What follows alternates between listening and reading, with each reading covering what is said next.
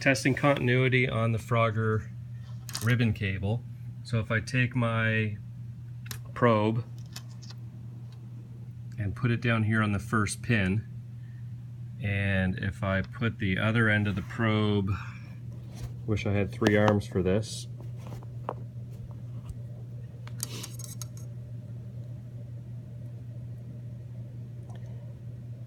Okay, if I put the other probe on the pin on the other side of the ribbon cable, my multimeter goes from 1 down to something close to 1. But the weird thing is, if I keep my probe on that pin of the ribbon cable and I move the other probe to some of the other pins on the ribbon cable, I get numbers coming up on my multimeter, like there might be continuity but there might not, and I don't know if that's the way a ribbon cable works. I'm not a professional at this stuff, but try to show you what I mean by numbers coming up on my multimeter. Hold on.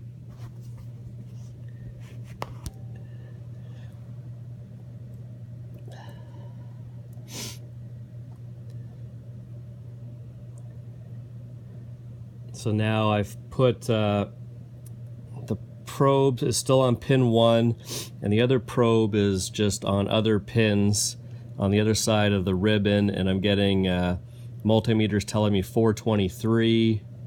Try another pin, says 716. So I'm not sure if that's the way a ribbon cable is supposed to work, or if that is showing me there's a problem with the ribbon cable. I wish I had another replacement that I could plug in, but they seem kind of specific. I tried this one here from a Gyrus board, and it's got too many pins. It's not the same size ribbon cable. But that's the latest test that I've done.